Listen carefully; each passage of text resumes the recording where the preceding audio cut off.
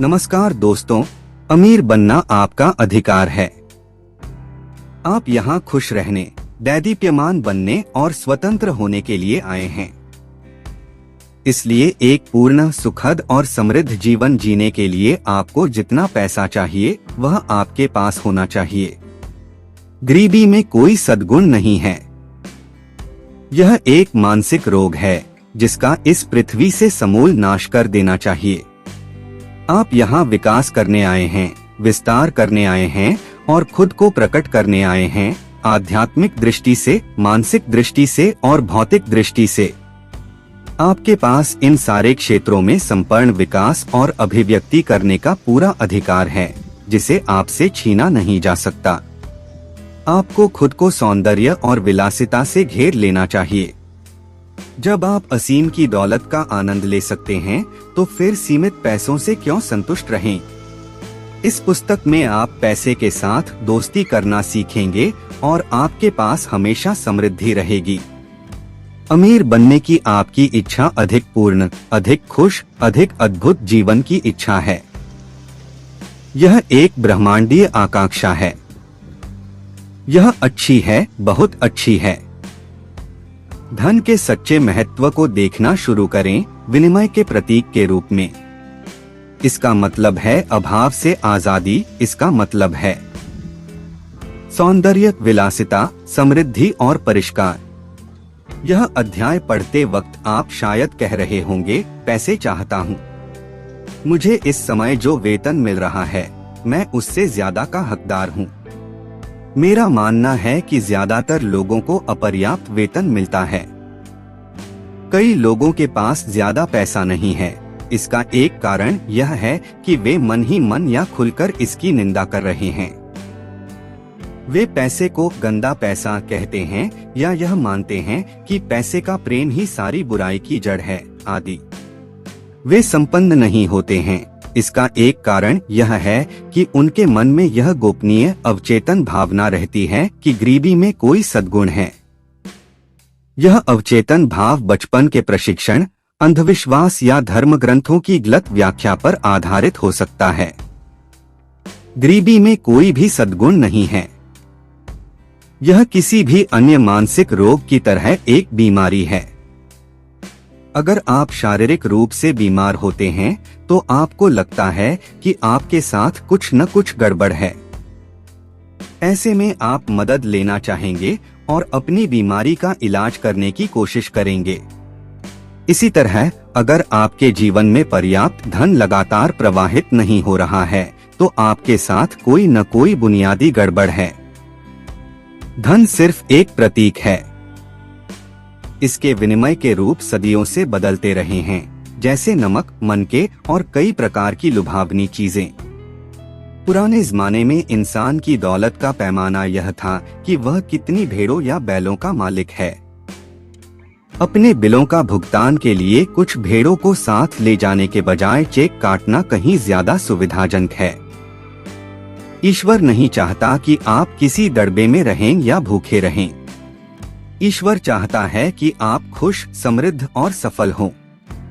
ईश्वर अपने सभी कामों में हमेशा सफल रहता है, चाहे वह तारा बनाना हो या कायनात। आपकी इच्छा हो सकती है कि आप संसार की सैर करें, या फिर विदेश में कला का अध्ययन करें, या फिर आपके मन में कॉलेज जाने की इच्छा हो सकती है, या किसी श्रेष्ठ स्कूल में अपने बच्चों को भेजने की इच्छा हो सकती है।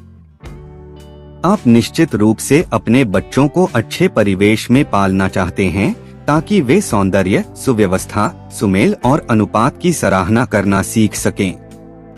आप सफल होने, जीतने, सारी मुश्किलों को जीतने के लिए हुए थे। आप अपनी सारी शक्तियों को पूरी तरह विकसित करने के लिए पैदा हुए थे। अगर आपके जीवन में आर्थिक अभाव है, तो इस बारे में कुछ करें। धन संबंधी सभी अंधविश्वासी मान्यताओं से तुरंत मुक्ति पालें। कभी भी पैसे को बुरा या गंदा न मानें। अगर आप ऐसा करते हैं, तो पैसे के पंख लग जाएंगे और यह उड़कर आपसे दूर चला जाएगा। याद रखें, आप जिसकी निंदा करते हैं, उसे खो देते हैं। मिसाल के तौर पर मान लें कि आपको जमीन में सोना, चांदी, सीसा, तांबा या लोहा मिलता है। क्या आप इन चीजों को बुरा कहेंगे? ईश्वर ने सभी चीजों को अच्छा घोषित किया है। बुराई मनुष्य की स्याह समझ, उसके अप्रकाशित मस्तिष्क, जीवन की उसकी झूठी व्याख्या और दैवी शक्ति के उसके दुरुपयोग से आती है। यूरेनियम, सीसे या किसी भी अन्य धातु का इस्तेमाल विनिमय के साधन के रूप में किया जा सकता है।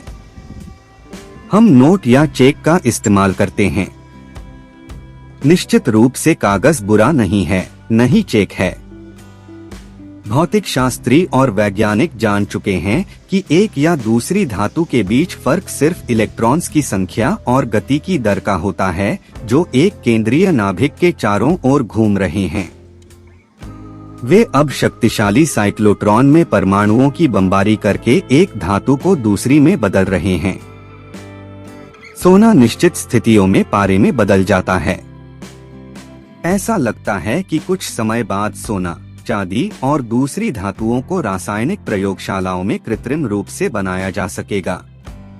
मैं इलेक्ट्रॉन्स, न्यूट्रॉन्स, प्रोटॉन्स और आइसोटोप्स में कोई बुराई देखने की कल्पना नहीं कर सकता।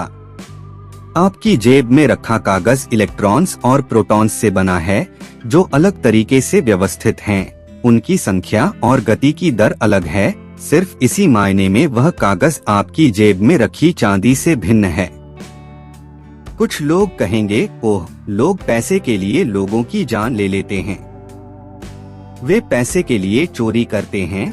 यह सच है कि पैसा असंख्य अपराधों से संबद्ध रहा है, लेकिन इससे यह बुरा नहीं बन जाता।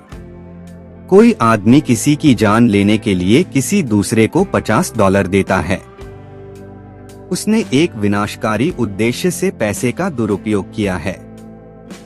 आप बिजली का इस्तेमाल किसी की जान लेने के लिए कर सकते हैं या इससे घर में प्रकाश कर सकते हैं। आप पानी का इस्तेमाल किसी शिशु की प्यास बुझाने के लिए कर सकते हैं या इसमें उसे डुबा भी सकते हैं। आप आग का इस्तेमाल किसी बच्चे को गर्मी देने या उसे जलाकर मार डालने के लिए कर सकते हैं। एक और उदाहरण यह है कि आप अपने बगीचे से मिट्टी लाकर अपने कॉफी के कप में डाल देते हैं। आपने गलत किया है, बुराई आपकी है। मिट्टी बुरी नहीं है, नहीं कॉफी है। मिट्टी को गलत जगह पर डाला गया है। इसकी असली जगह आपका बगीचा है। इसी तरह अगर आपके अंगूठे में सुई चुभ जाती है तो यह बुरी नहीं है। सुई की जगह सुईदान में है, आपके अंगूठे में नहीं। हम जानते हैं कि प्रकृति की शक्तियां या तत्व बुरे नहीं होते।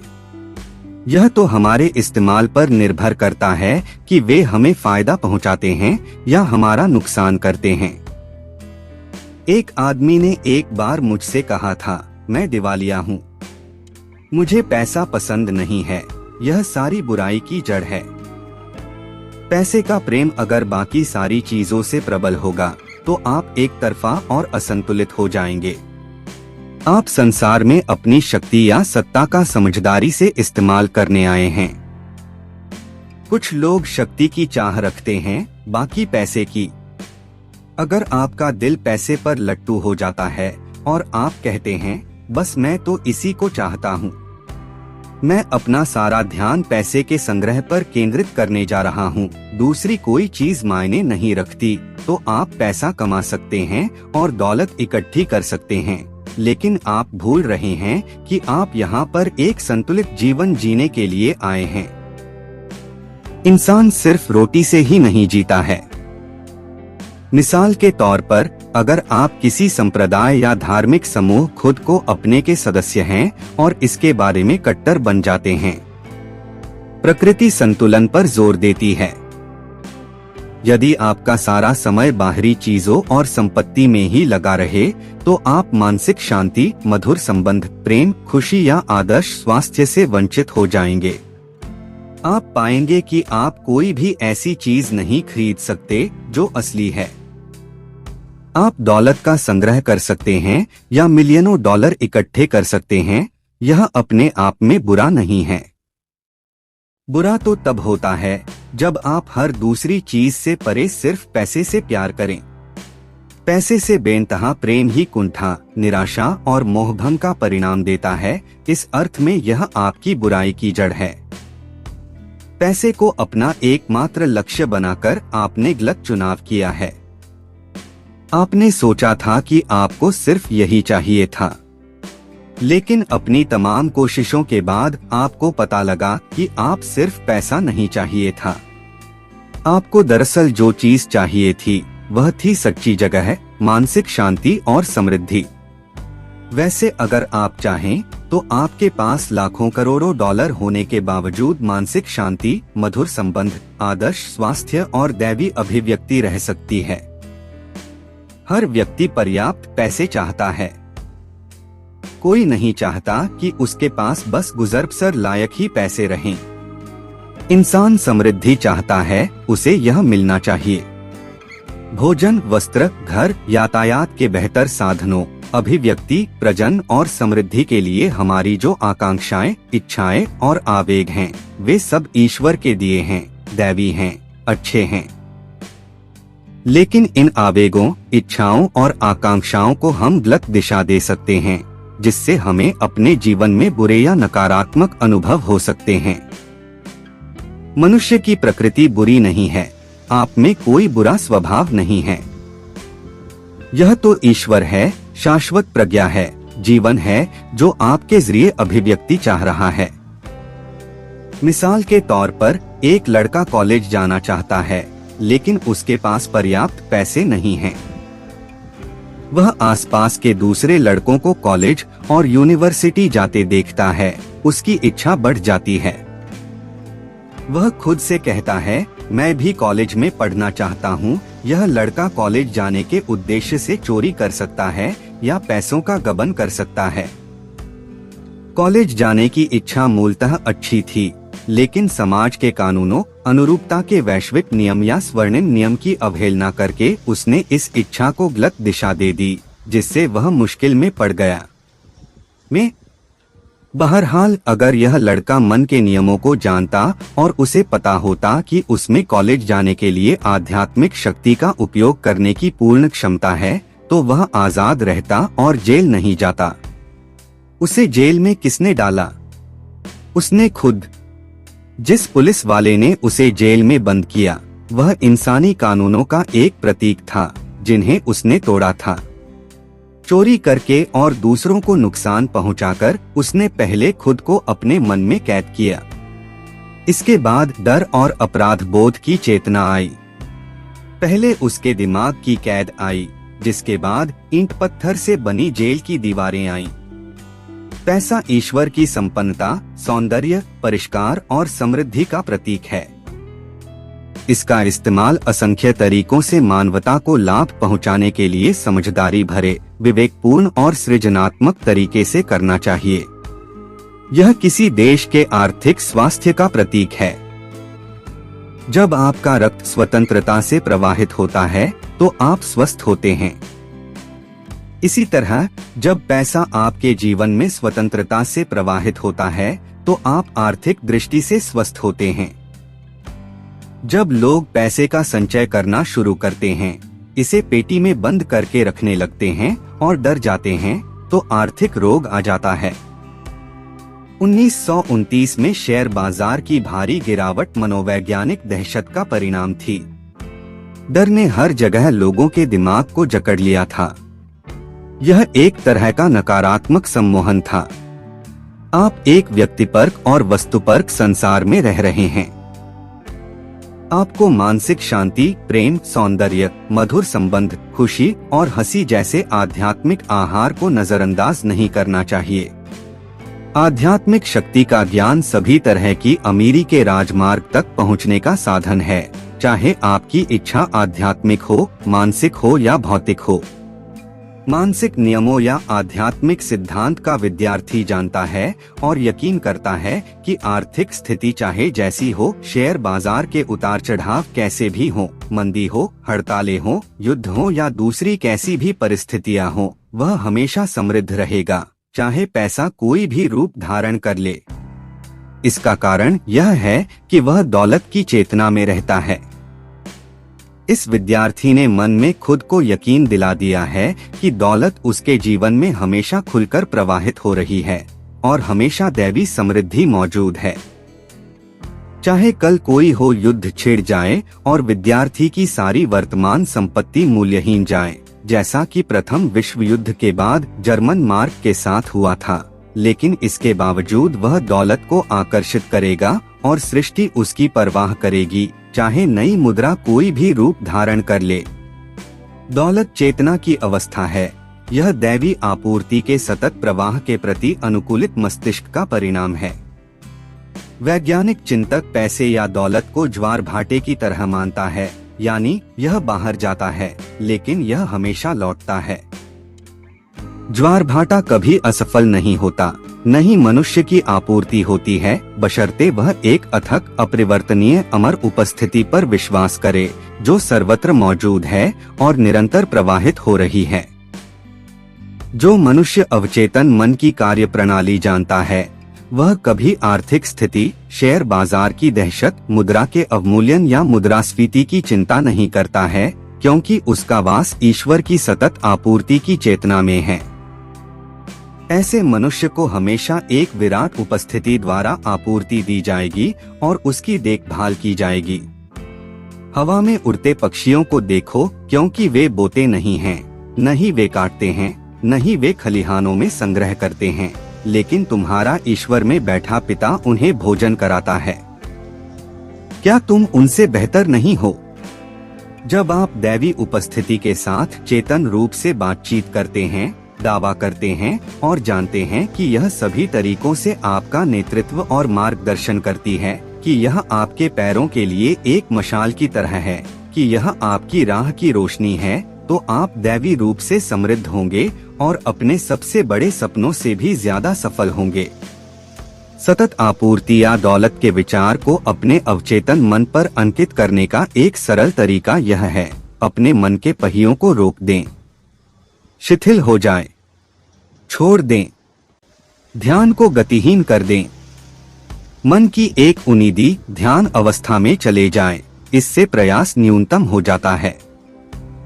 फिर एक शांत, शिथिल, निष्क्रिय तरीके से इन सरल सच्चाइयों पर विचार करें। खुद से पूछें कि विचार कहाँ से आते हैं, दौलत कहाँ से आती है, आप कहाँ से आए थे, आपका मन कहाँ से आया था। आपको एक ही स्रोत की ओर ले जाया जाएगा। आप अब खुद को एक आध्यात्मिक कार्यकारी आधार पर पाते हैं। अब आपको यह एहसास अपनी बुद्धिमानी का अपमान नहीं लगेगा कि दौलत एक मानसिक अवस्था है। आगे बताए छोटे वाक्य को दिन में 3-4 बार खुद से धीरे धीरे कहें, खास तौर पर सोने जाने से पहले। पैसा मेरे जीवन में हमेशा खुलकर प्रवाहित हो रहा है और मेरे पास हमेशा दैवी समृद्धि है। जब आप ऐसा नियमित और सुनियोजित तरीके से करते हैं, तो दौलत का विचार आपके ज्यादा गहरे यानी अवचेतन मन तक पहुंच जाएगा और आप दौलत की चेतना विकसित कर लेंगे। अविचारित या मशीनी दोहराव से दौलत की चेतना बनने में सफलता नहीं मिलेगी। आप जो भी कह रहे हैं, उसकी सच्चाई महसूस करें। आप जानते हैं कि आप क्या कर रहे हैं और क्यों कर रहे हैं। आप जानते हैं कि आप जिसे चेतन रूप से सच मानते हैं, आपका ज्यादा गहरा मन उस पर प्रतिक्रिया करेगा। जो लोग आर्थिक मुश्किलों में फंसे हुए हैं, उन्हें शुरुआत में इस तरह के कथनों से परिणाम नहीं मिलते हैं, जैसे मैं दौलतमंद समृद्ध हूँ, मैं सफल हूँ। उल्टे ऐसे कथनों से हालात बदतर भी हो सकते हैं। इसका कारण यह है कि अवचेतन मन दो विचारों में से ज्यादा प्रबल विचार, मनोदशा भावना को ही स्वीकार करेगा। जब वे कहते हैं मैं दौलतमंद हूँ, तो उनकी अभाव की भावना ज्यादा बड़ी है और उनके भीतर से आवाज आती है, नहीं, तुम दौलतमंद नहीं हो, तुम तो कंगाल हो। अभाव की भावना ज्यादा प्रबल है, इसलिए हर कथन अभाव की मनोदशा को जागृत करता है और इस वजह से उनका अभाव बढ़ जाता है। इससे उबरने के लिए शुरुआत में लोगों को ऐसी बात कहनी चाहिए जो उनके चेतन और अवचेतन मन दोनों को स्वीकार हो, तब कोई विरोध नहीं रहेगा। हमारा अवचेतन मन हमारी मान्यताओं, भावनाओं, विश्वासों को स्वीकार करता है। यह उसे स्वीकार करता है जिसे हम चेतन रूप से सच मानते हैं। एक आदमी यह कहकर अपने अवचेतन मन का सहयोग हासिल कर सकता है, मैं हर दिन समृद्ध हो रहा हूँ, हर दिन मेरी दौलत और बुद्धिमानी बढ़ रही है, हर दिन मेरी दौलत बढ़ रही है, मैं आर्थिक दृष्टि से तरक्की कर रहा हूँ, विकास कर रहा हूँ और आगे बढ़ रहा हूँ। इन कथनों से मन में कोई संघर्ष उत्पन्न नहीं होगा। मिसाल के तौर पर, अगर किसी सेल्समैन की जेब में सिर्फ 10 सेंट हैं, तो वह आसानी से यह स्वीकार कर सकता है कि कल उसके पास ज्यादा पैसे हो सकते हैं।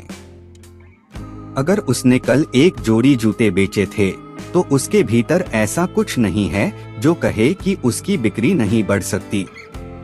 वह इस प्रकार के कथनों का इस्तेमाल कर सकता है, मेरी बिक्री हर दिन बढ़ रही है, मैं तरक्की कर रहा हूँ और आगे बढ़ रहा हूँ। वह पाएगा कि ये मनोवैज्ञानिक रूप से ठोस हैं। उसका मन इन कथनों सच मान लेगा और उसे मनचाहा फल देगा। आध्यात्मिक रूप से उन्नत जो विद्यार्थी शांति से, जानते हुए और भावना के साथ कहते हैं, मैं संपन्न हूँ, मैं सफल हूँ, मैं दौलतमंद हूँ, उन्हें भी अद्भुत परिणाम मिलेंगे। ऐसा क्यों होगा? जब वे सोचते, महसूस करते या कहते हैं मैं संपन्न हूँ, तो उनका मतलब होता है कि ईश्वर के पास सारी आपूर्ति या असीम अमीरी है, और जो ईश्वर के लिए सच है वह उनके लिए भी सच है। जब वे कहते हैं मैं दौलतमंद हूँ, तो वे जानते हैं कि ईश्वर असीम आपूर्ति है, अकूत खजाना है, और जो ईश्वर के बारे में सच है वह उनके बारे में भी सच है, क्योंकि ईश्वर उनके भीतर वास करता है। कई लोग स्वास्थ्य, दौलत और सफलता जैसे 3 अमूर्त विचारों पर मनन करके अद्भुत परिणाम पाते हैं। स्वास्थ्य एक दैवी सच्चाई या ईश्वरीय गुण है। दौलत ईश्वर की है, यह शाश्वत और अंतहीन है। सफलता ईश्वर की है, ईश्वर हमेशा अपने सभी कामों में सफल होता है। इनसे उल्लेखनीय परिणाम पाने के लिए वे दाढ़ी बनाते वक्त एक आईने के सामने खड़े होकर 5-10 मिनट तक खुद से कहते रहते हैं, स्वास्थ्य, दौलत और सफलता। वे यह नहीं कहते, मैं स्वस्थ हूँ या मैं सफल हूँ। वे अपने मन में कोई विरोध उत्पन्न नहीं करते। वे शांत और शिथिल होते हैं। इस तरह मन ग्रहणशील और निष्क्रिय होता है। इसी अवस्था में वे ये शब्द दोहराते हैं। इससे आश्चर्यजनक परिणाम मिलते हैं। दरअसल वे उन सत्यों के साथ तादात्म्य स्थापित कर रहे हैं जो शाश्वत, अपरिवर्तनीय और अमर हैं। आप दौलत की चेतना विकसित कर सकते हैं। इस पुस्तक में वर्णित और विस्तार से बताए सिद्धांतों पर अमल करें। आपके रेगिस्तान में भी गुलाब के फूल खिल जाएंगे और यह महकने लगेगा। मैंने कई साल पहले ऑस्ट्रेलिया के एक किशोर के साथ काम किया था। यह किशोर डॉक्टर और सर्जन बनना चाहता था, लेकिन उसके पास पैसा नहीं था, न ही उसने हाई स्कूल की पढ़ाई पूरी की थी। खर्च निकालने के लिए वह डॉक्टरों के ऑफिस साफ करता था, खिड़कियां धोता था और मरम्मत के छुटपुट काम करता था। उसने मुझे बताया कि हर रात जब वह सोने जाता था तो वह दीवार पर टंगे डॉक्टर के डिप्लोमा का चित्र देखता था, जिसमें उसका नाम बड़े बड़े अक्षरों में लिखा था। वह जहां काम करता था वहां वह डिप्लोमाओं को साफ करता और चमकाता था, इसलिए उसे मन में डिप्लोमा की तस्वीर देखना या उसकी कल्पना करना मुश्किल नहीं था। मैं नहीं जानता कि उसने इस तस्वीर को देखना कितने समय तक जारी रखा, लेकिन उसने यह कुछ महीनों तक किया होगा। जब वह लगन से जुटा रहा तो परिणाम मिले। एक डॉक्टर इस लड़के को बहुत पसंद करने लगा। उस डॉक्टर ने उसे औजारों को कीटाणुरहित करने, इंजेक्शन लगाने और प्राथमिक चिकित्सा के दूसरे कामों की कला का प्रशिक्षण दिया। वह किशोर उस डॉक्टर के ऑफिस में तकनीकी सहयोगी बन गया। डॉक्टर ने उसे अपने खर्च पर हाई स्कूल और बाद में कॉलेज भी भेजा। आज वह किशोर मॉन्ट्रियल कनाडा का एक शीर्षस्थ डॉक्टर है। उसके पास एक सपना था। उसके मन में एक स्पष्ट तस्वीर थी। उसकी दौलत उसके दिमाग में थी। दौलत आपका विचार, इच्छा, गुण, सेवा की चाहत, मानव जाति को देने की क्षमता, समाज के लिए उपयोगी बनने की योग्यता और आम तौर पर मानवता के प्रति आपका प्रेम है। उस लड़के ने अचेतन रूप से एक महान नियम से फायदा उठाया। रॉवर्ड कहते हैं, लक्ष्य को देखकर आप उसकी प्राप्ति के साधनों की इच्छा कर लेते हैं। इस लड़के के मामले में लक्ष्य डॉक्टर बनना था। उसने डॉक्टर बनने की कल्पना की, इसका चित्र देखा, इसकी सच्चाई को महसूस किया। इस विचार को लगातार कायम रखकर, उसे पोषण देकर और उससे प्रेम करके उसने अपनी कल्पना शक्ति के जरिए इसे अवचेतन की परतों के पार पहुंचा दिया। तब यह एक विश्वास बन गया और इसने उसके सपनों को हकीकत में बदलने की राह दिखाई। वह यह कह सकता था, मेरे पास कोई शिक्षा नहीं है, मैं सही लोगों को नहीं जानता, अब मैं इतना बड़ा हो चुका हूँ कि स्कूल नहीं जा सकता, मेरे पास पैसे नहीं हैं, इसमें कई साल लग जाएंगे और मैं बुद्धिमान नहीं हूँ। अगर वह इस तरह की बातें कहता तो शुरू करने से पहले ही हार जाता। उसकी दौलत उसकी आंतरिक आध्यात्मिक शक्ति के इस्तेमाल में निहित थी, जिसने उसके विचार पर प्रतिक्रिया की। हमारी प्रार्थनाओं का किस साधन या तरीके से जवाब मिलता है, यह हमेशा हमसे छिपा रहता है। कभी कभार हम बस अंतर्बोध से प्रक्रिया के एकाध हिस्से को समझ सकते हैं। मेरे तरीकों का पता नहीं लगाया जा सकता, तरीके मालूम नहीं होते। मनुष्य तो बस कल्पना कर सकता है और अपने मन में लक्ष्य को स्वीकार कर सकता है। इस लक्ष्य को कैसे प्राप्त किया जाएगा, यह उसे अपने भीतर की व्यक्तिपरक बुद्धिमत्ता के भरोसे छोड़ना होता है। अक्सर यह सवाल पूछा जाता है, लक्ष्य पर मनन करने और चेतना में इच्छा को स्वीकार करने के बाद मुझे क्या करना चाहिए? जवाब सरल है, जो भी आपके लक्ष्य को पाने के लिए आवश्यक होगा, उसे करने के लिए आपको विवश किया जाएगा। अवचेतन का नियम है विवशता। जीवन का नियम है क्रिया और प्रतिक्रिया। हम जो भी क्रिया करते हैं वह हमारे मन की आंतरिक गतिविधियों, आंतरिक भावों और विश्वासों पर स्वचालित प्रतिक्रिया होती है। कुछ महीनों पहले जब मैं सोने गया तो मैंने कल्पना की कि मैं अपनी एक लोकप्रिय पुस्तक मैजिक ऑफ फेथ को फ्रांसीसी भाषा में पढ़ रहा हूँ। मैंने यह कल्पना की कि यह पुस्तक सभी फ्रांसीसी बोलने वाले देशों में पढ़ी जा रही है। कई सप्ताह तक मैंने हर रात यही किया और अपने हाथों में मैजिक ऑफ फेथ के काल्पनिक फ्रांसीसी संस्करण को थामने के चित्र के साथ सोने गया। 1954 क्रिसमस के ठीक पहले मुझे पेरिस के एक अग्रणी प्रकाशक का पत्र मिला, जिसने एक अनुबंध भी साथ भेजा था।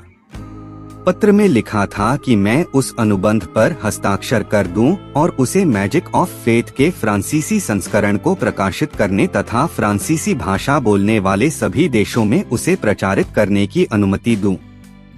आप मुझसे पूछ सकते हैं कि प्रार्थना के अलावा मैंने इस पुस्तक के प्रकाशन के बारे में क्या किया। मैं कहूँगा, कुछ नहीं। उसके बाद तो व्यक्तिपरक प्रज्ञा ने कमान थाम ली थी और अपने तरीके से यह कर दिया था जो मेरे चेतन रूप से सोचे किसी भी तरीके से कहीं बेहतर था। हमारी सारी बाहरी गतिविधियां और क्रियाएं मन की आंतरिक गतिविधियों का अनुसरण करती हैं। आंतरिक क्रिया सभी बाहरी क्रियाओं से पहले होती है।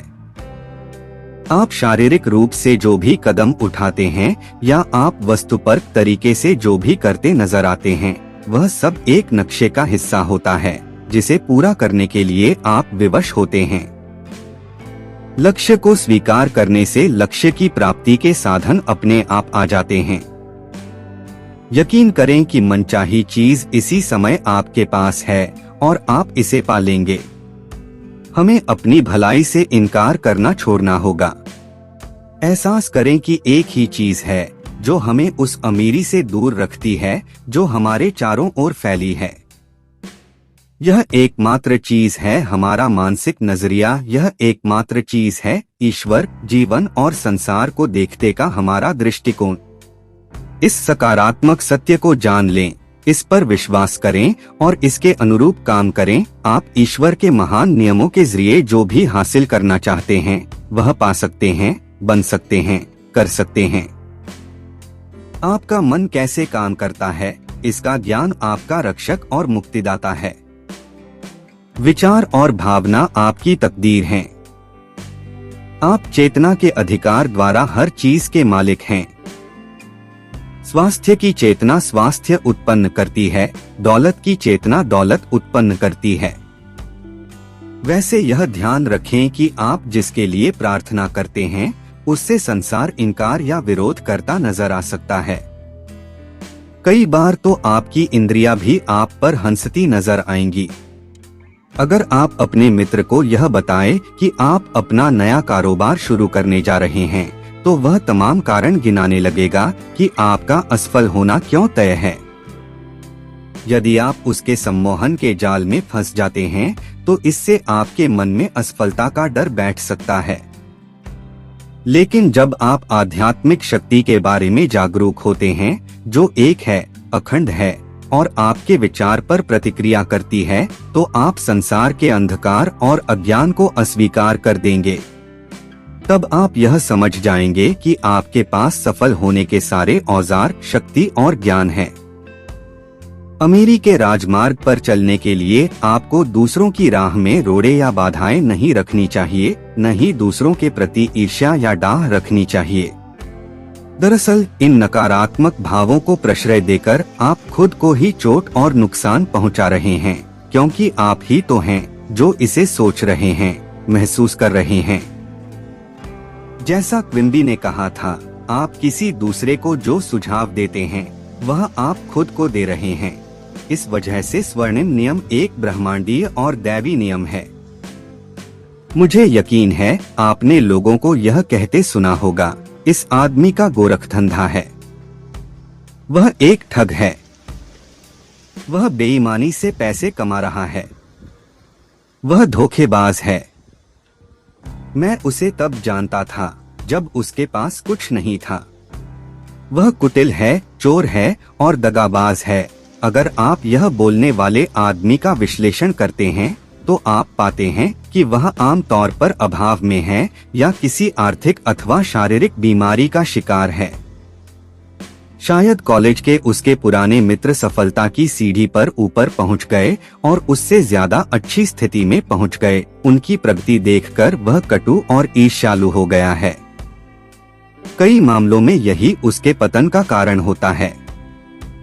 इन सहपाठियों के बारे में नकारात्मक तरीके से सोचने और उनकी दौलत की निंदा करने का नतीजा यह होता है कि जिस दौलत और समृद्धि के लिए वह प्रार्थना कर रहा है वह गायब हो जाती है और चली जाती है। वह जिन चीजों के लिए प्रार्थना कर रहा है दरअसल उन्हीं की निंदा कर रहा है। वह दो तरफा प्रार्थना कर रहा है। एक तरफ तो वह कह रहा है, ईश्वर मुझे समृद्ध बना रहा है, और अगली ही सांस में मन ही मन या जोर से वह कह रहा है, मैं उस आदमी की दौलत से द्वेष करता हूँ। हमेशा दूसरे व्यक्ति को दुआ दें, हमेशा उसकी समृद्धि और सफलता पर खुश हों। ऐसा करके आप खुद को दुआ देते हैं और समृद्ध बनाते हैं। अगर आप बैंक जाते हैं और देखते हैं कि सड़क पार वाला आपका प्रतिस्पर्धी आपसे 20 गुना ज्यादा पैसे जमा करा रहा है, या आप उसे $10,000 जमा करते देखें तो खुश हों। यह देखकर बहुत खुश हों कि ईश्वर की समृद्धि उसके एक पुत्र के माध्यम से प्रकट हो रही है। तब आप उस चीज को दुआ दे रहे हैं और बढ़ा रहे हैं जिसके लिए आप प्रार्थना कर रहे हैं। आप जिसे दुआ देते हैं वह कई गुना होता है। आप जिसकी निंदा करते हैं उसे आप गवा देते हैं। अगर आप किसी बड़ी कंपनी में काम कर रहे हों और इस बारे में सोच रहे हों या चिढ़ रहे हों कि आपको कम तनख्वाह मिलती है, आपको सम्मान नहीं दिया जाता और आप अधिक धन तथा मान्यता के हकदार हैं, तो आप अचेतन रूप से उस संगठन के साथ अपने बंधनों को तोड़ रहे हैं। आप एक नियम को सक्रिय कर रहे हैं। फिर सुपरिंटेंडेंट या मैनेजर आपसे कहता है, हमें आपको निकालना होगा। दरअसल आपने खुद को निकाला था। मैनेजर तो बस एक जरिया था जिसने आपकी नकारात्मक मानसिक अवस्था की पुष्टि की। दूसरे शब्दों में वह एक संदेशवाहक था जो आपको वही बता रहा था जो आपने अपने बारे में सच माना था। यह क्रिया और प्रतिक्रिया के नियम का एक उदाहरण था। क्रिया आपके दिमाग की आंतरिक गतिविधि थी, प्रतिक्रिया आपकी अंदरूनी सोच को सही साबित करने के लिए बाहरी जगत की प्रतिक्रिया थी। शायद इसे पढ़ते वक्त आप किसी ऐसे व्यक्ति के बारे में सोच रहे होंगे जो दूसरों से लाभ उठाकर, उन्हें धोखा देकर या खराब निवेश बेचकर आर्थिक दृष्टि से समृद्ध बना हो। इसका जवाब स्पष्ट है, क्योंकि अगर हम किसी दूसरे को लूटते हैं, धोखा देते हैं या फायदा उठाते हैं, तो हम खुद के साथ भी यही करते हैं। वास्तव में इस मामले में हम खुद को ही चोट पहुंचा रहे हैं या लूट रहे हैं। पहली बात तो यह है कि इससे हम अभाव की मनोदशा में रहते हैं, जिससे नुकसान का हमारी ओर आकर्षित होना तय होता है। यह नुकसान कई तरीकों से हो सकता है। यह स्वास्थ्य, प्रतिष्ठा, मानसिक शांति, सामाजिक ओहदे, घर में बीमारी या कारोबार में कंगाली के रूप में आ सकता है। जरूरी नहीं है कि नुकसान सिर्फ आर्थिक हानि के रूप में ही आए। हमें अदूरदर्शी नहीं होना चाहिए और यह नहीं सोचना चाहिए कि नुकसान सिर्फ डॉलर और सेंट में ही होगा। क्या यह अद्भुत भाव नहीं है कि आप जब रात को तकिए पर सिर रखें तो पूरे संसार के साथ शांतिमय महसूस करें और आपका दिल सबके प्रति सद्भाव से भरा हो। कुछ लोग हैं जिन्होंने गलत तरीके से दूसरों को कुचलकर, धोखा करके, छल से और कपट से पैसा इकट्ठा किया है। इसकी कीमत क्या है? कई बार तो यह कीमत मानसिक और शारीरिक रोग की होती है। कई बार अपराध बोध की ग्रंथियों, अनिद्रा या छिपे हुए डरों की होती है। जैसा एक आदमी ने मुझे बताया था, हाँ, मैं दूसरों को कुचलकर आगे बढ़ा था। मैं जो चाहता था वह तो मुझे मिल गया, लेकिन इस चक्कर में मुझे कैंसर भी मिल गया। उसे एहसास था कि उसने गलत तरीके से दौलत हासिल की थी। आप किसी को चोट पहुंचाए बिना दौलतमंद और समृद्ध बन सकते हैं। कई लोग खुद को लगातार लूट रहे हैं। वे खुद रहे हैं मानसिक शांति, स्वास्थ्य, खुशी, प्रेरणा, खुशी और ईश्वर की हंसी। हालांकि वे कह सकते हैं कि उन्होंने कभी चोरी नहीं की, लेकिन क्या यह सच है?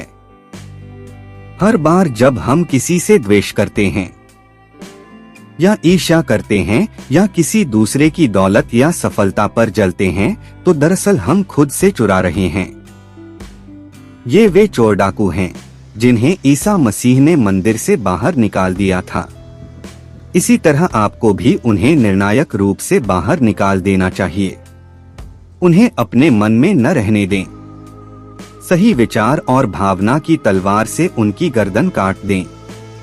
मैंने युद्ध के शुरुआती दिनों में ब्रुकलिन, न्यूयॉर्क की एक महिला के बारे में पढ़ा था जो इस स्टोर से उस स्टोर तक जाकर सारी उपलब्ध कॉफी खरीदती थी।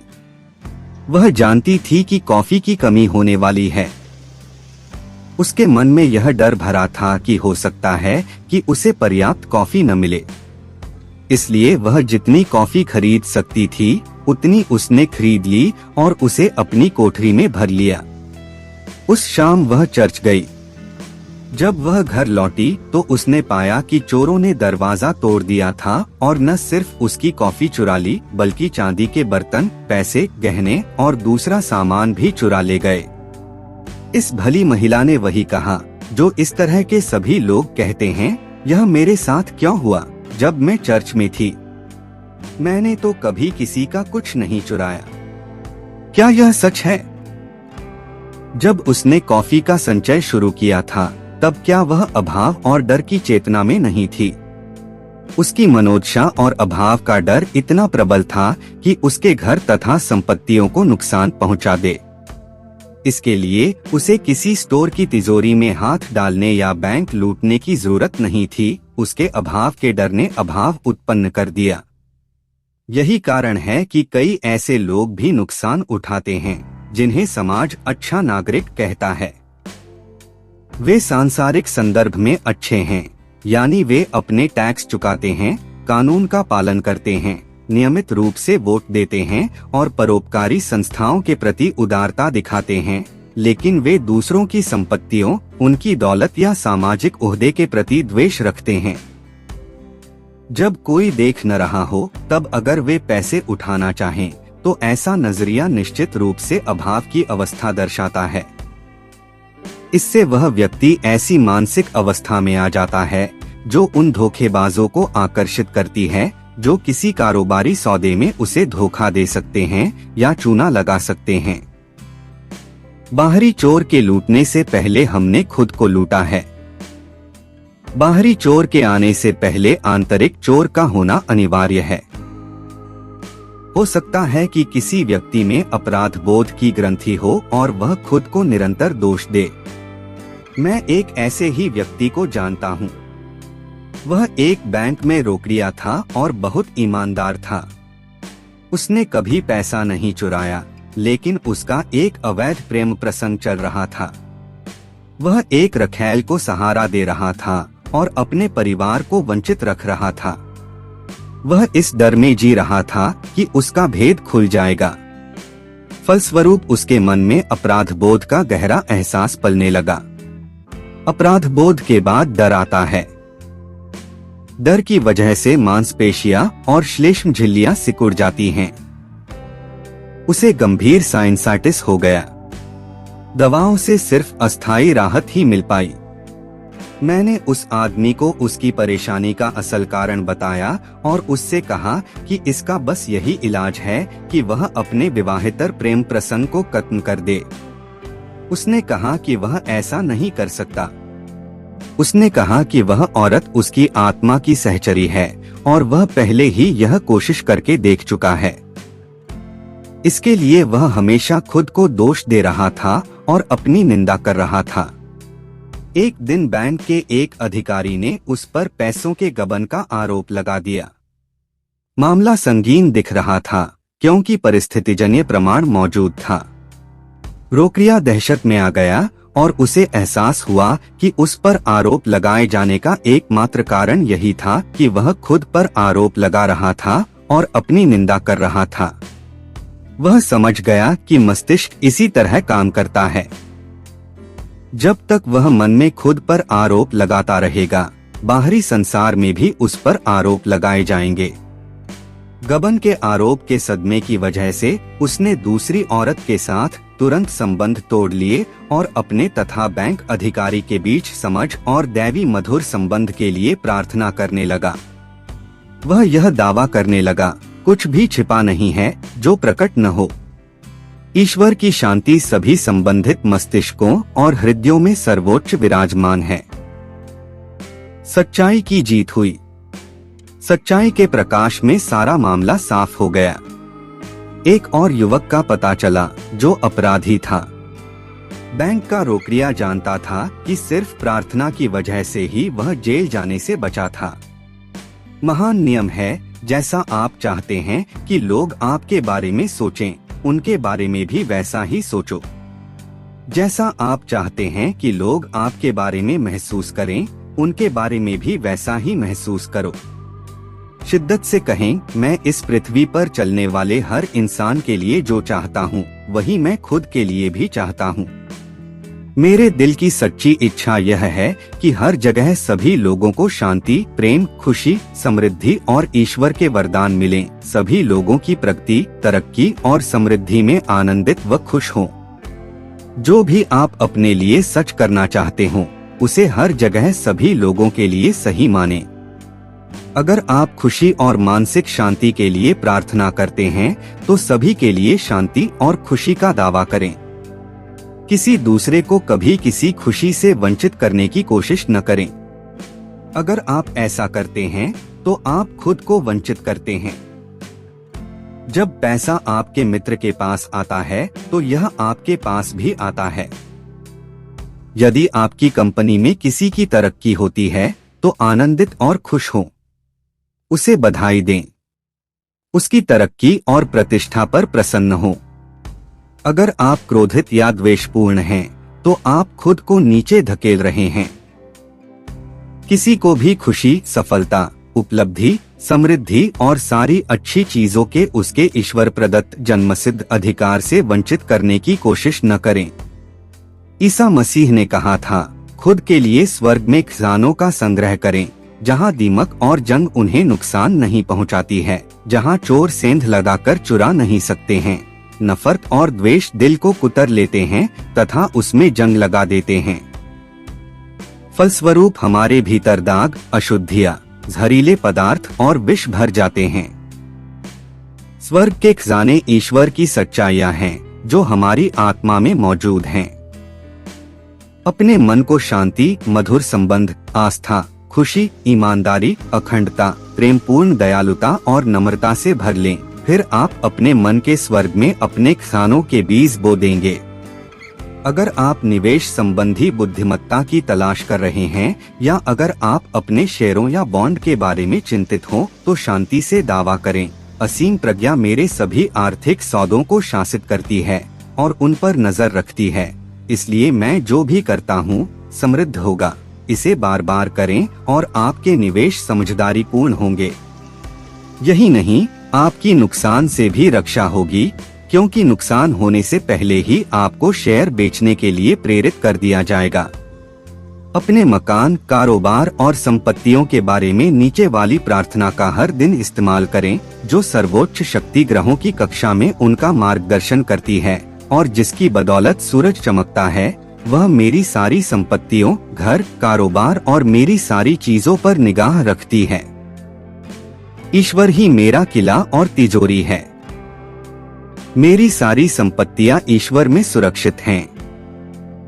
यह अद्भुत है। हर दिन खुद को इस महान सच्चाई की याद दिलाएंगे और प्रेम के नियमों पर चलेंगे तो आपको सभी तरीकों से मार्गदर्शन मिलेगा, आपका ध्यान रखा जाएगा और आपको समृद्ध बनाया जाएगा।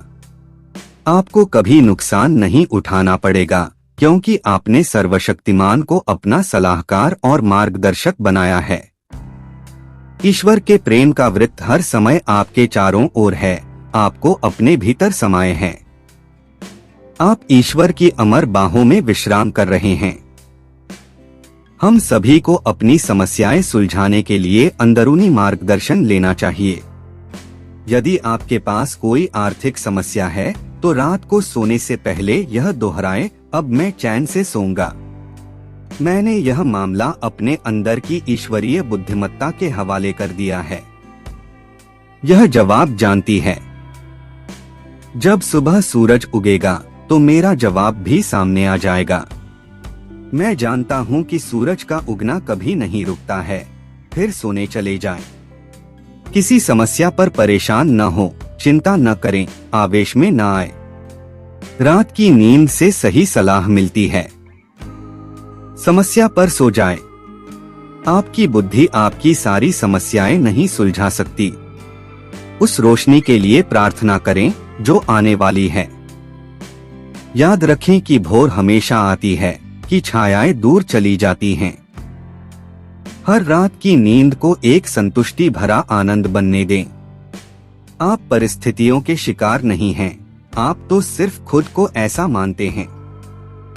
आप किसी भी परिस्थिति या स्थिति के ऊपर उठ सकते हैं, उससे उबर सकते हैं। जब आप आध्यात्मिक सत्य की चट्टान पर खड़े होते हैं और अपने अधिक गहरे उद्देश्यों तथा इच्छाओं के प्रति निरंतर निष्ठावान रहते हैं, तो आपको भिन्न अनुभव मिलेंगे। बड़े स्टोर्स में मैनेजर जासूस नियुक्त करते हैं ताकि ग्राहकों को चोरी करने से रोका जा सके। वे हर दिन बिना कुछ दिए कुछ लेने की कोशिश करने वाले लोगों को पकड़ते हैं। ऐसे सभी लोग अभाव और सीमा की चेतना में जी रहे हैं। दरअसल वे खुद से चुरा रहे हैं और हर तरह के नुकसान को आकर्षित कर रहे हैं। इन लोगों की ईश्वर में आस्था नहीं है और वे यह नहीं समझते हैं कि उनका मन कैसे काम करता है। यदि वे सच्ची जगह, दैवी अभिव्यक्ति और आपूर्ति के लिए प्रार्थना करें तो उन्हें नौकरी मिल जाएगी। फिर ईमानदारी, अखंडता और लगन के जरिए वे अपने और समाज के लिए गौरव बन जाएंगे। ईसा मसीह ने कहा था, तुम्हारे साथ गरीब हमेशा रहेंगे, लेकिन मैं हमेशा नहीं रहूंगा। चेतना की गरीब अवस्थाएं इस अर्थ में हमारे साथ हमेशा रहती हैं कि चाहे आपके पास इस वक्त चाहे जितनी दौलत हो, आप किसी दूसरी चीज को अपने पूरे दिल से चाहते हैं। हो सकता है कि यह स्वास्थ्य संबंधी समस्या हो, शायद किसी बेटे बेटी को मार्गदर्शन की जरूरत हो या घर में सद्भाव की कमी हो। उस पल आप गरीब हैं। जब तक हम अभाव के बारे में सोचते रहते हैं, तब तक हम कभी नहीं जान सकते कि समृद्धि क्या है। मैंने 12 को चुना है और तुम में से एक शैतान है। चाहे वह इंग्लैंड का सम्राट हो या झुग्गियों का लड़का, हम सभी सीमाओं और जातिगत विश्वासों के साथ पैदा हुए थे। इन्हीं सीमाओं के माध्यम से हम विकास करते हैं। समस्याएं और मुश्किलें न हो तो हम कभी अपनी आंतरिक शक्ति का पता नहीं लगा पाएंगे। गरीबी की अवस्थाएं ही हैं जो हमें समाधान खोजने के लिए प्रेरित करती हैं। जब तक कि हम दुख का आंसू न टपका लें, हम कभी नहीं जान सकते कि खुशी क्या होती है। हमें गरीबी के बारे में जागरूक होना चाहिए, इससे मुक्ति और स्वतंत्रता की इच्छा रखनी चाहिए और दैवी संपन्नता में ऊपर उठना चाहिए। डर, अज्ञान, चिंता, अभाव और दर्द जैसी गरीब अवस्थाएं बुरी नहीं हैं, बशर्ते वे आपको इसका विपरीत चाहने के लिए प्रेरित करें। जब आप मुश्किल में फंस जाते हैं और इधर से उधर चक्कर घिन्नी बनते हैं, जब आप नकारात्मक, दिल चीरने वाले सवाल पूछते हैं, जैसे ये सारी चीजें मेरे साथ क्यों हो रही हैं? ऐसा क्यों है कि बदकिस्मती मेरे पीछे पड़ी नजर आती है? तब आपके दिमाग में प्रकाश होगा। अपने दुख, दर्द या कष्ट के जरिए आप सत्य को खोजेंगे जो आपको मुक्त कर देता है। विपत्ति के फल मीठे हैं, किसी बदसूरत और जहरीले मेंढक की तरह जिसके सिर पर एक कीमती रत्न होता है। असंतोष के जरिए हमें संतोष की ओर ले जाया जाता है। जीवन के नियमों का अध्ययन करने वाले सभी लोग किसी न किसी चीज से असंतुष्ट रहे हैं।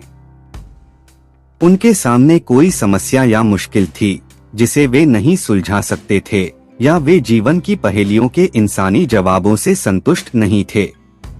उन्होंने अपने भीतर ईश्वर की उपस्थिति में अपना जवाब पाया है, महान कीमत का मोती, कीमती रत्न। बाइबल कहती है, मैंने ईश्वर को खोजा था और मैंने उसे पा लिया और उसने मुझे मेरे तमाम डरों से आजाद कर दिया। जब आप अपनी महत्वाकांक्षा या इच्छा को हासिल कर लेते हैं, तो आप सिर्फ कुछ समय के लिए ही संतुष्ट होंगे। इसके बाद विस्तार करने की आकांक्षा एक बार फिर मन में आ जाएगी। यह जीवन है जो आपके जरिए ज्यादा ऊंचे स्तरों पर खुद को अभिव्यक्त करना चाहता है। जब एक इच्छा संतुष्ट होती है तो दूसरी आ जाती है, फिर तीसरी, और यह सिलसिला अनंत काल तक चलता रहता है। आप यहाँ विकास करने आए हैं। जीवन स्थिर नहीं है, यह तो प्रगतिशील है। आप यहाँ एक महिमा से दूसरी महिमा तक जाने के लिए आए हैं। इसका कोई अंत नहीं है, क्योंकि ईश्वर की महिमा का कोई अंत नहीं है। हम सभी इस अर्थ में गरीब हैं कि हम हमेशा जीवन में अधिक प्रकाश, ज्ञान, खुशी और आनंद चाहते हैं। ईश्वर अनंत है और अनंत काल में भी आप उस महिमा, सौंदर्य और बुद्धिमानी के खजाने को खत्म नहीं कर सकते जो आपके भीतर है। आप बहुत अद्भुत। निरपेक्ष संसार में सारी चीजें पूर्ण हैं, लेकिन सापेक्ष जगत में हमें उस महिमा के प्रति जागृत होना चाहिए जो हमारी थी, संसार के भी शुरू होने से पहले। चाहे आप कितने भी बुद्धिमान हो, आप और बुद्धिमानी की तलाश कर रहे हैं, इसलिए आप अब भी गरीब हैं। आप गणित, भौतिकी या खगोल शास्त्र के क्षेत्र में चाहे जितने ज्ञानी हो, आप केवल सतह को खरोंच रहे हैं। आप अब भी गरीब हैं। यात्रा हमेशा आगे की तरफ, ऊपर की तरफ और ईश्वर की तरफ है। दरअसल यह एक जागृत करने वाली प्रक्रिया है जिसके द्वारा आपको एहसास होता है कि सृजन पूर्ण है। जब आप जान जाते हैं कि ईश्वर को सीखने, विस्तार करने, विकास करने या प्रकट करने की जरूरत नहीं है, तो आप सीमाओं के स्वप्न से धीरे धीरे जागना शुरू करते हैं और ईश्वर में जीवित हो जाते हैं। जब डर, अज्ञान, जातिगत विश्वास और समूह सम्मोहन के पर्दे आपकी आंखों के सामने से गिरते हैं, तो आप उस तरह देखना शुरू करते हैं जैसा ईश्वर देखता है। अंधे दाग हट जाते हैं। फिर आप संसार को उस तरह देखना शुरू करते हैं जिस तरह ईश्वर ने इसे बनाया था, क्योंकि हम इसे ईश्वर की आंखों के जरिए देख रहे हैं। तब आप कहते हैं, देखो, स्वर्ग का साम्राज्य हमारे पास है। अपने भीतर के गरीब को खाना खिलाए, नग्न विचारों को वस्त्र पहनाए और विचार की वास्तविकता में यकीन करके उन्हें रूप दें। विश्वास करें कि भीतर का महान बुनकर इसे सही वस्त्र पहनाएगा। अब आपका शब्द विचार सजीव बन जाएगा, साकार होगा। जब आप भूखे होते हैं गरीब अवस्थाओं में, तो आप भोजन खोजते हैं। जब चिंतित होते हैं तो आप शांति चाहते हैं। जब आप बीमार होते हैं तो आप स्वास्थ्य चाहते हैं। जब आप कमजोर होते हैं तो आप शक्ति चाहते हैं। समृद्धि की आपकी इच्छा आपके भीतर ईश्वर की आवाज है जो आपको बता रही है कि समृद्धि आपकी है। इसलिए अपनी गरीब अवस्था के जरिए आप विकास करने, विस्तार करने, प्रकट करने और अपनी इच्छाओं को हासिल करने की आकांक्षा पाएंगे। आपके कंधे में होने वाला दर्द एक छिपा हुआ वरदान है। यह आपको बताता है कि आपको इस बारे में तुरंत कुछ करना चाहिए। अगर कोई दर्द और मुश्किल का संकेत न हो तो आपकी बाह सड़क पर अचानक टूटकर गिर सकती है। आपका दर्द ईश्वर का चेतावनी तंत्र है जो आपको बता रहा है कि आप उसकी शांति और उसकी उपचारक शक्ति को खोजें तथा अंधकार से प्रकाश की ओर बढ़े। जब आप ठंडे होते हैं तो आप आग जलाते हैं। जब आप भूखे होते हैं तो आप भोजन करते हैं। इसी तरह जब आप अभाव में हो तो संपन्नता और समृद्धि की मनोदशा में दाखिल हो। लक्ष्य की कल्पना करें, इसमें आनंदित हों। लक्ष्य की कल्पना करके और इसे सच महसूस करके आपने इसके साकार होने के साधनों को जागृत कर दिया है। जब आप भयभीत और चिंतित हों तो अपने मन को ईश्वर के महान सत्यों की खुराक दें जो समय के इम्तिहान में खरे उतरे हैं और हमेशा कायम रहेंगे। आप महान भजनों पर मनन करके राहत पा सकते हैं। मिसाल के तौर पर, ईश्वर मेरा गडरिया है, मुझे कोई कमी नहीं रहेगी। ईश्वर मेरी शरण है, मेरी मुक्ति है, मुझे किसका डर है। ईश्वर मुश्किल के समय में हमेशा मौजूद सहायता है। मेरा ईश्वर, मैं उसमें भरोसा करूंगा। वह मुझे अपने पंखों से ढक लेगा और मैं उसके डैनों तले विश्राम करूंगा। ईश्वर के साथ अकेला व्यक्ति भी बहुमत में होता है। यदि ईश्वर मेरे साथ है तो मेरे खिलाफ कौन टिक सकता है। मैं ईश्वर के माध्यम से सारी चीजें करता हूँ जो मुझे शक्ति देते हैं। इन सत्यों के उपचारक कंपन अपने मन और हृदय में भरने दें। फिर आप इस मनन प्रक्रिया का इस्तेमाल करके अपने दिमाग से सारे डरों, शंकाओं और चिंताओं को हटा पाएंगे। एक और महान आध्यात्मिक सच्चाई को आत्मसात करें, खुश हृदय से चेहरा खुश रहता है। खुश हृदय निरंतर जश्न मनाता है। खुश हृदय दवा जैसा भला करता है, निराशा हड्डियों को सुखा देती है। इसलिए मैं तुम्हें याद दिलाता हूँ कि तुम अपने भीतर ईश्वर के उपहार को जागृत करो। अभी ईश्वर के उपहार को जागृत करना शुरू करें। इसके लिए इंद्रियों के प्रमाण को पूरी तरह अस्वीकार कर दें। अपने जातिगत मस्तिष्क की तानाशाही को नजरअंदाज करें और अपने भीतर की आध्यात्मिक शक्ति को पूर्ण मान्यता दें कि यही एकमात्र कारण, एकमात्र शक्ति और एकमात्र उपस्थिति है। जान लें कि यह एक प्रतिक्रियाशील और दयालु शक्ति है। इसके करीब जाएं और यह आपके करीब आएगी। आश्वस्ति, विश्वास और प्रेम के साथ इसके करीब जाएं। यह आपको प्रेम, शांति, मार्गदर्शन और समृद्धि देकर प्रतिक्रिया करेगी। यह आपको राहत देगी, मार्गदर्शन देगी, परामर्श देगी और परम पिता बनेगी। फिर आप कहेंगे ईश्वर प्रेम है, मैंने उसे लिया है और उसने सचमुच मुझे सारे डरों से मुक्त कर दिया है।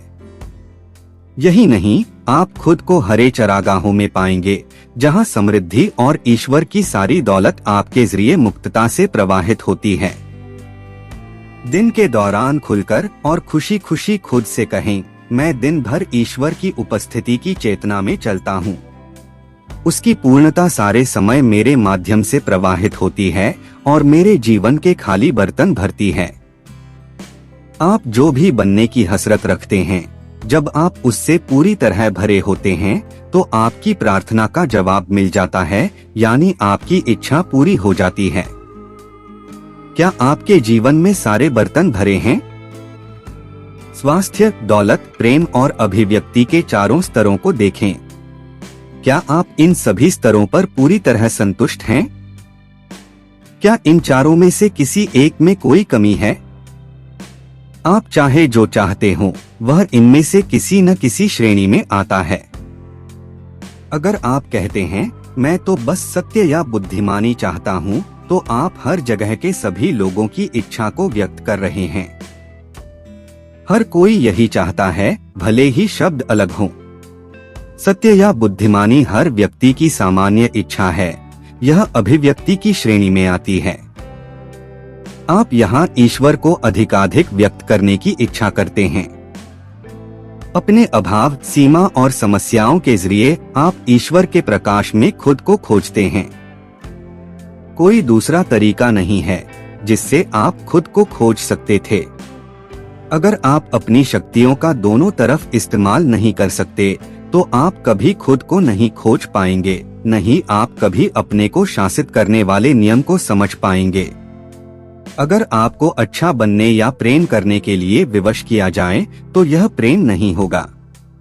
तब तो आप एक कठपुतली होंगे। आपके पास प्रेम करने की स्वतंत्रता है, क्योंकि आप इसे दे सकते हैं या अपने पास रख सकते हैं। अगर किसी को प्रेम करने को मजबूर किया जाए, तो यह प्रेम नहीं होगा। जब कोई महिला आपसे कहती है कि वह आपसे प्रेम करती है और आपको चाहती है, तब क्या आपको अच्छा नहीं लगता? उसने संसार के सभी पुरुषों में से आपको चुना है। वह आपसे प्रेम करने के लिए मजबूर नहीं है। अगर वह आपसे प्रेम करने के लिए मजबूर होती, तो आपको इस बारे में अच्छा नहीं लगता और आप खुश नहीं होते। आपके पास हत्यारा या संत बनने की स्वतंत्रता है। इसी कारण हम लिंकन जैसे लोगों की प्रशंसा करते हैं। उन्होंने अच्छाई का चुनाव करने का निर्णय लिया था। हम उनके चुनाव की प्रशंसा करते हैं। यदि हम यकीन करते हैं कि परिस्थितियां, स्थितियां, घटनाएं, उम्र, जाति, धार्मिक प्रशिक्षण या शुरुआती परिवेश हमारे खुश, समृद्ध जीवन हासिल करने की संभावना को रोक सकते हैं, तो हम चोर और लुटेरे हैं। खुशी और समृद्धि को अभिव्यक्त करने के लिए बस खुश और समृद्ध महसूस करने की जरूरत है। दौलत की भावना से दौलत उत्पन्न होती है। चेतना की अवस्थाएं खुद को प्रकट करती हैं। इसीलिए यह कहा जाता है, जो भी मेरे सामने आए थे भावना, वे चोर और डाकू हैं। भावना नियम है और नियम भावना है। समृद्धि की आपकी इच्छा दरअसल ईश्वर का वादा है, जो कह रहा है कि उसकी अमीरी आपकी है। इस वादे को बगैर किसी मानसिक संकोच के स्वीकार करें। क्विंबी ने प्रार्थना की तुलना वकील के मुकदमे की पैरवी से की थी, जो किसी न्यायाधीश के सामने जिरह करता है। मानसिक नियमों के इस शिक्षक ने कहा था कि वे यह साबित कर सकते थे कि प्रतिवादी उसका अपराधी नहीं है, जिसका आरोप उस पर लगाया गया है, लेकिन वह झूठ और झूठे विश्वासों का शिकार है। आप न्यायाधीश हैं, आप अपना खुद का फैसला सुनाते हैं, फिर आप स्वतंत्र हो जाते हैं। अभाव, गरीबी और असफलता के सभी नकारात्मक विचार झूठे हैं, वे सब झूठ हैं, उनके समर्थन में कुछ नहीं है। आप जान जाते हैं कि केवल एक आध्यात्मिक शक्ति है, केवल एक ही प्राथमिक कारण है। इसलिए आप स्थितियों, परिस्थितियों और लोगों की राय को शक्ति देना छोड़ देते हैं। सारी शक्ति अपने भीतर की आध्यात्मिक शक्ति पर केंद्रित कर दें। जान लें कि यह समृद्धि और संपन्नता के आपके विचार पर प्रतिक्रिया करेगी। अपने अंदर विराजमान आत्मा के प्रभुत्व को पहचान लें। विचार या मानसिक चित्रण की अपनी खुद की शक्ति को पहचान लें। यही संपन्नता, स्वतंत्रता और सतत आपूर्ति पाने का तरीका है। अपने मन में समृद्ध जीवन को स्वीकार करें। दौलत की आपकी मानसिक स्वीकृति और अपेक्षा का अपना खुद का गणित होता है। इसकी अभिव्यक्ति की अपनी खुद की कार्यप्रणाली होती है। जब आप समृद्धि की मनोदशा में दाखिल होते हैं तो समृद्ध जीवन के लिए आवश्यक सारी चीजें घटित हो जाएंगी। अब आप वह न्यायाधीश हैं जो अपने मन की अदालत में किसी निर्णय पर पहुंच रहा है। क्विम्बी की तरह आपने भी निर्विवाद प्रमाण दे दिया है, जिसने दिखा दिया है कि आपके मन के नियम कैसे काम करते हैं और अब आप डर से स्वतंत्र हो गए हैं। आपने अपने मन के सारे डरों और अंधविश्वासी विचारों के सिर काट दिए हैं। डर कर्म का संकेत है। यह दरअसल बुरा नहीं है, क्योंकि यह आपको विपरीत दिशा में जाने को कहता है, यानी ईश्वर तथा सभी सकारात्मक मूल्यों में आस्था की तरफ। इसे अपनी दैनिक प्रार्थना बना लें। इसे अपने दिल में लिख लें, ईश्वर मेरी आपूर्ति का स्रोत है। उसकी दौलत अब मेरी दौलत है। उसकी अमीरी मेरे पास खुलकर बहुतायत में और प्रचुरता प्रवाहित होती है। मैं हमेशा अपने सच्चे मूल्य के बारे में चेतन हूँ। मैं अपने गुणों का उपयोग मुक्तता से करता हूँ और मुझे अद्भुत रूप से दैवी मुआवजा मिलता है। परम पिता, आपको धन्यवाद।